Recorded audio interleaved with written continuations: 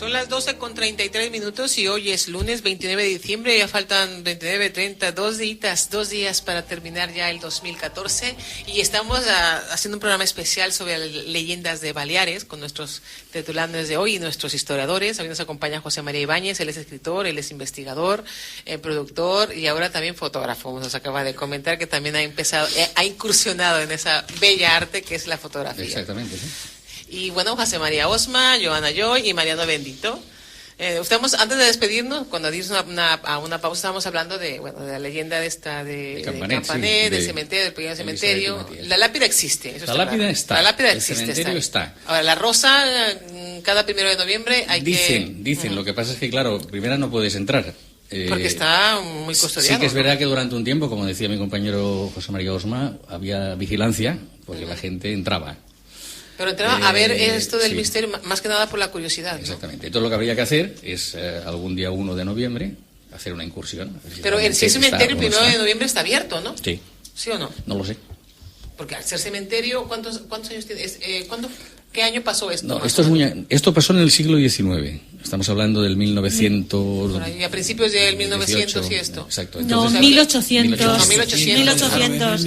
Os habéis adelantado 100 años. Entonces, el cementerio está cerrado, claro. Y hay muchos cementerios... ¿Los descendientes de esa gente ya no están? No se sabe. Es un cementerio antiguo. Hay otro más nuevo. Muy pequeñito. Muy pequeñito, sí sé que es pequeñito. O sea, como él te dice, por decirlo de alguna forma, no hay culto. O sea, hay que decir, la gente... Bueno, era el cementerio primitivo de Campanet. Las flores. En España hasta 1870, os digo, así se enterraban, pero no había cementerio. Carlos III, El 1785. obligó que se hiciera el cementerio fuera de las ciudades. Joana, tú también tienes leyenda. Bueno, yo tengo una leyenda que prácticamente la conozco desde que tengo uso de razón. Yo de pequeñita y de jovencita iba mucho a Lluc con la familia y siempre que pasábamos por un sitio en concreto, pues mi tío siempre comentaba lo mismo. Decía, mira, aquí es el Salto de la Belladuna. Y aquí es donde el marido la empujó y cayó, ¿no?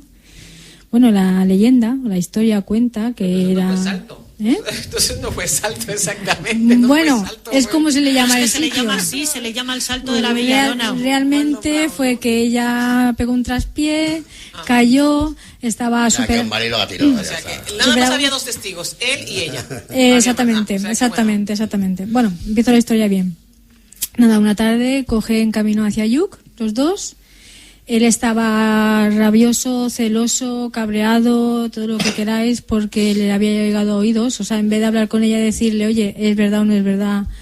Se creyó lo que la gente del pueblo iba contando, que si el pastor iba detrás de ella, que si el otro también perdía los vientos por ella. Incluso se lo comentó a ella y ella dijo, a ver, olvidas que soy una mujer casada, como diciendo que no soy yo la que miro a ellos, son ellos los que están pendientes de mí, ¿no? Bueno, pues esta tarde cogen camino, se van para Lluc.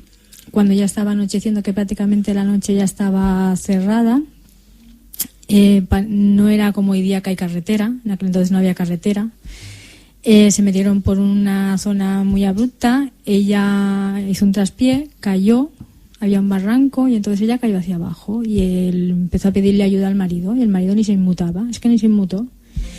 Y en esto él vio la oportunidad y en vez de eso la cogió y ya ahí fue cuando le pegó el empujón y cayó. Y ni siquiera se preocupó simplemente ella decía, ayúdame, marido, ayúdame.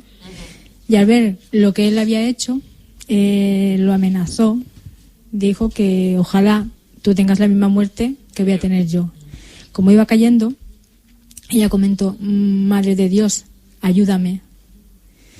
Entonces yo tengo 2 finales, uno que es el que voy a decir y otro que es el que siempre me han contado. Y el primero es que, bueno, ella cae, él mira, como diciendo, ya me he librado de ella, se va hasta Lluc, llega a primera hora de la mañana, cuando despunta el alba, y nada más entrar en lo que es la iglesia del monasterio, se la encuentra ella estupenda, maravillosa, fantástica, con su vestido azul, que era el que llevaba puesto, y con unas rosas que ella llevaba en el brazo mientras subían la cuesta, y estaba colocando las rosas allí en la iglesia del monasterio.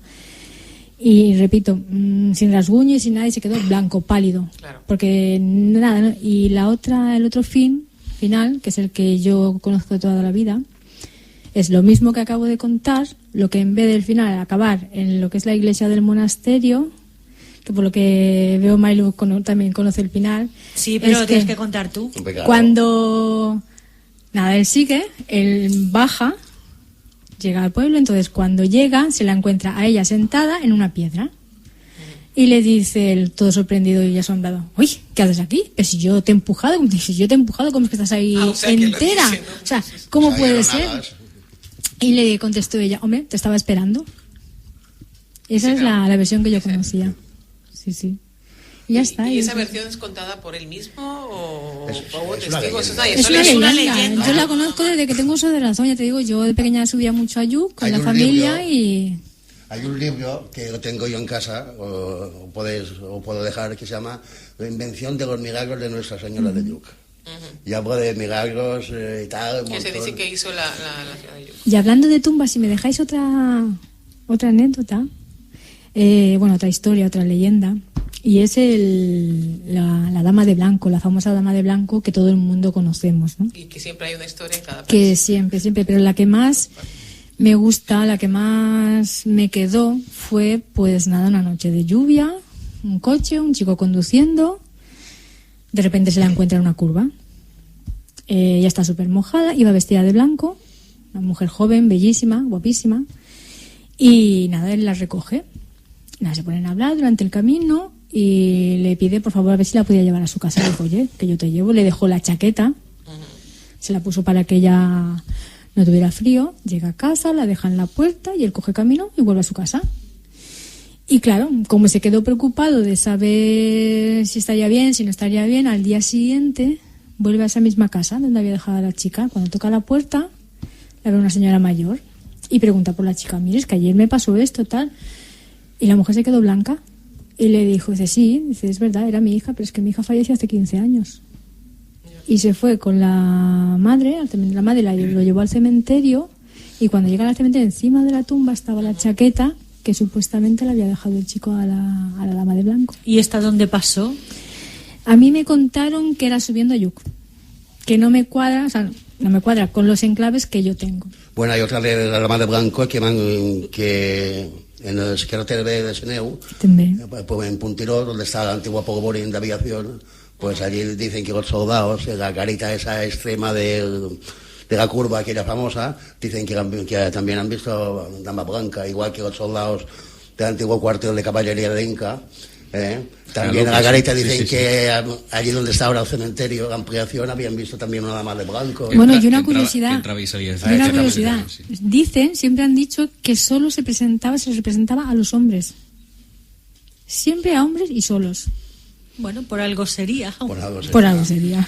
Es curioso, porque esta leyenda, como tantas otras, pero quizá esta es una de las que más se repite en todas las partes del mundo. En todas partes del mundo, porque y se los digo yo como extranjera, porque en México también pasa lo mismo. Algunas como la Dama de la Curva, aparece también la curva, sube en el coche, exactamente. Lo avisa que cuidado que viene una curva que es muy peligrosa. También. Eso la cuentan mucho. Pues ahora voy a contar yo una que es real, no es leyenda. Que me dijo ayer hablando con José María, a ver, cuenta esa. Digo, si yo la tenía previsto también, la de aviador. Está real. Está real. ¿La de? La aviador de Cabrera. Esta es muy buena. Está muy buena. Yo los años que he estado en el ejército muchas veces, he estado en Cabrera, destacado, maniobras y eso, y siempre he indagado cosas de historia y donde he ido, y en Cabrera pues es un paraíso sobre la historia, desde que tiempos remotos hasta ahora. Y esa es la historia del aviador del fantasma de Cabrera. Pues resulta que a finales del año 44, en plena guerra mundial, pues dos aviones... Casi finalizando la guerra. Faltaba medio año, más o menos. Bueno, en teoría, en Europa. Después siguieron hasta por el Pacífico. En mayo terminó en Alemania. Y después siguieron por... Exactamente. En Japón. Pues dos aviones entraron en combate. Se ve que vienen de Argel o de algún sitio tal. Uno de ellos era un Spitfire de la RAF, de la Royal Air Force, ¿no? Británica.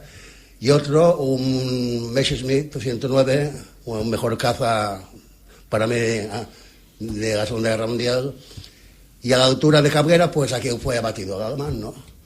Cayó al mar y tal. Y se fue, el aviador se fue, el inglés, cuando lo había abatido, y unos pescadores sacaron al piloto. Estaba muerto, tal. ¿Qué hicieron? Lo enterraron en el único cementerio que hay en Cabrera, a espaldas del castillo. Y solo una tumba. Bueno, 2 tumbas había, ¿no? La de un pescador y la de él. Pues nada, al cabo de los años, pues dice una cosa que tú no lo puedes comprobar, que el aviador inglés que lo batió, después de finalizada la guerra, pues iba muchas veces a visitar la tumba de su enemigo, entre comillas, es su enemigo, pero bueno, que lo batió, ¿no? Pero esto no lo podía comprobar, no sé quién me lo dijo un día. Y nada, pasa, y en el año 82, una comisión alemana vino a buscarse el aviador alemán para enterrarlo en el cementerio de alemanes caídos en la guerra civil en Yuste, en Cáceres. Este es el monasterio donde murió Carlos I también. Lo vemos allí en la famosa 4 con la pata de la gota puesta allí, pues allí en Yuste, ¿no? Pues si vais allí algún día vais a Yuste, a Cáceres, donde está el monasterio, os veréis que el techo está todo pintado de negro. Y diréis, ¿por qué? Porque estaba tan enamorado de su mujer murió bastante antes que él, estaba tan enamorado de ella que una manera de demostrar el dolor, el sentimiento, hizo mandar pintar todo el techo de negro. Y cuando entras, ¿sabes? Pues, ¿y qué pasó con el aviador? Bueno, pues nada, que lo llevaron para allá, había 2 tumbas, el pescador ese, y que estaban desnudos, y todo, ¿no? Pues cogieron y se llevaron allí. Lo llevaron al cementerio de Yuste, donde hay un montón de la Legión Cóndor, que fue a los participantes de la Guerra Civil Alemana a favor de los nacionales, con honores y tal, mirad, nada. Acabó un tiempo, pues empezaron los soldados del destacamento, a oír silbidos y ruidos extraños. Pero esto en Cabrera. En Cabrera, de cadenas y tal, y todo no sé qué, tal, y qué cual. Entonces síntesis, todos vamos en síntesis, ¿no? Y vale, pues un día, pues una comisión también, vinieron allí y se dieron cuenta que el que estaba enterrado en el cementerio de Yuste era el pescador. Y el alemán seguía en el cementerio de Cabrera.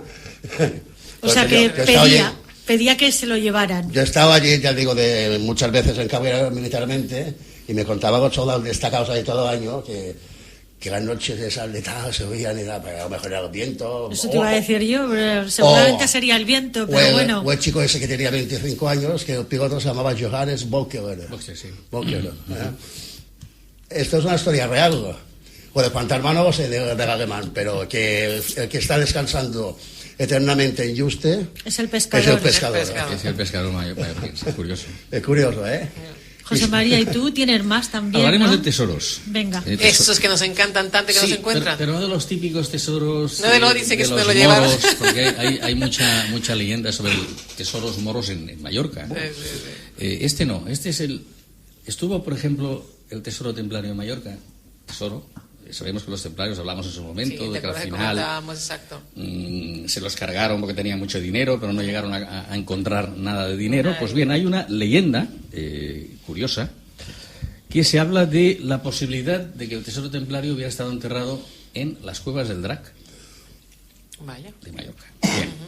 Aquí esto lo avala un documento que al parecer, yo no lo he visto físicamente, sí que me gustaría verlo, y cuando vaya intentaré verlo. Un documento que está en el archivo de la Corona de Aragón de Barcelona, fechado en noviembre de 1307. Entonces, en este documento, un miembro de la Orden del Temple de Barcelona contacta con el gran prior o gran maestro de la Orden del Temple de Mallorca, y le dice, en este mensaje se lee textualmente, voy a leer: vended todos los bienes, inmuebles y objetos de valor, poned a buen recaudo vuestro oro, temo que nuestra organización del temple se derrumba. Pues bien, puede haber un tesoro templario en las cuevas del Drac. En el año 1338, al parecer, que fue cuando se localizaron oficialmente oficialmente fue en el año 1890, 1895, más o menos.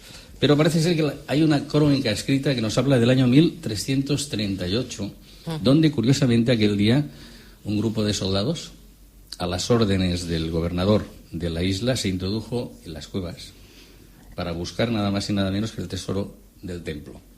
Este relato solamente cita un nombre, como jefe de expedición, que yo no he podido encontrarlo por ningún sitio. A lo mejor ahora se lo voy a decir a José María y él me ayuda a buscarlo. Solo se dice que como jefe de expedición de esta búsqueda del tesoro era un tal Bernat Gartell. Lógicamente ignoramos si encontraron el tesoro o no lo encontraron. Si lo encontraron, pues mejor que mejor. Hombre, está claro que sobre la Orden del Temple en general siempre se ha hablado de la localización de templarios. Claro, curiosamente, la mayoría